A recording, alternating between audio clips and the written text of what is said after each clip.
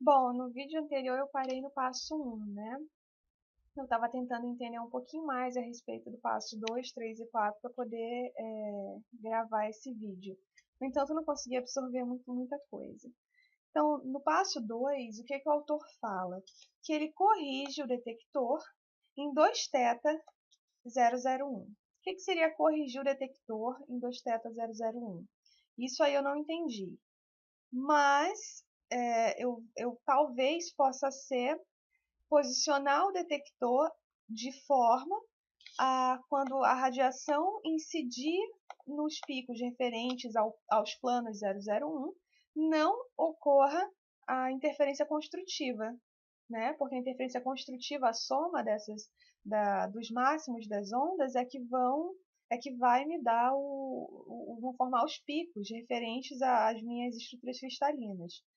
Se eu posiciono se eu posiciono esse detector de forma que não haja interferência construtiva nesses planos 001, eu vou ter só interferência destrutiva, portanto não vão aparecer os picos referentes a esses planos, tá? Talvez seja isso. Por que eu estou falando isso? Quando eu tenho pouca amostra para analisar, ou então quando a minha amostra ela é transparente aos raios X, eu utilizo o porta-amostra de silício orientado. Ele recebe esse nome porque os planos desse porta-amostra eles são orientados de forma a que quando a radiação incida sobre ele, ela não haja interferência construtiva, né? E sim destrutiva. Então, se eu tenho pouca amostra, quando o meu feixe de raio-x ele incidir sobre o meu porta-amostra, ele não vai me dar a formação de nenhum pico, né? Não vai aparecer no meu padrão pico nenhum. Logo, quando eu for analisar essa medida, eu não vou fazer nenhuma suposição errada quanto ao meu material, né? Se eu utilizo um porta-amostra normal e eu tenho pouca amostra, ele vai ler os picos referentes ao material do qual é feito o porta-amostra. Ou seja, eu vou ter uma leitura errada. Então, talvez, quando o autor fala corrigir o detector em 2θ001, seja isso.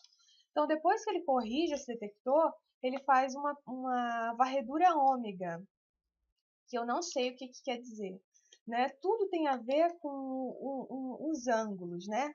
Na varredura θ2θ, ele faz é o detector que se... perdão, é o feixe de raio-x e o detector que se movem sobre o substrato. Nessa varredura ômega, o livro fala, ele me dá mais ou menos a angulação dessa varredura, só que eu não consegui entender direito.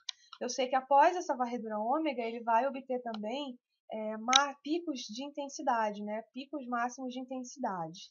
Aí ele até coloca assim, olha, que esse ângulo ômega ele é referente ao ângulo, ele é o ângulo entre o feixe de raio-x e o porta-amostra. Logo, ele é igual ao θ, tá bom? Então, eu não sei por que ele faz uma varredura ômega, uma vez que ele já fez essa varredura θ2θ. Porque até no livro ele mostra, no livro ele fala que ômega é igual a θ. Se ômega é igual a θ, por que ele precisa fazer de novo essa mesma varredura, né? Não entendi. Depois disso, ele vai para o passo 3, onde ele faz essa varredura capa. Essa varredura capa é que eu não entendi mesmo o que é. Então, vale a pena perguntar, por favor. E, finalmente, ele faz de novo essa varredura θ2θ. Então, o que eu acho que ele faz é tipo assim. Primeiro, ele precisa saber o que é o pico referente ao substrato.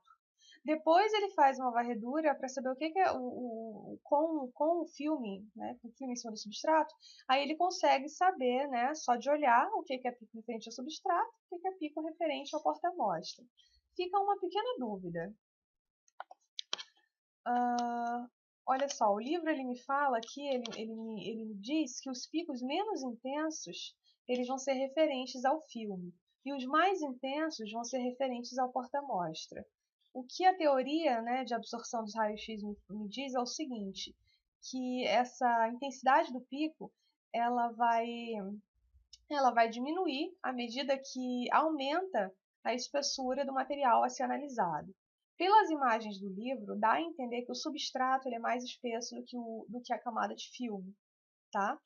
Se esse substrato é mais espesso, não deveria ser o contrário, não deveria ser a intensidade. Pergunta isso do teu professor. Claro que o livro não está errado, né? Mas eu gostaria de saber o porquê que essa teoria falha, né? Por que que essa afirmação de que a intensidade ela é proporcional, perdão, a intensidade ela diminui com o aumento da espessura, por que que isso não se aplica à, à caracterização de filmes finos? Por que que a camada menos espessa, por que que a camada mais espessa, né, o material mais espesso é o mais intenso e o menos espesso é o menos intenso, tá? Fica essa dúvida. Então, se você pudesse, por favor, tirar com seu professor essa dúvida, eu agradeceria.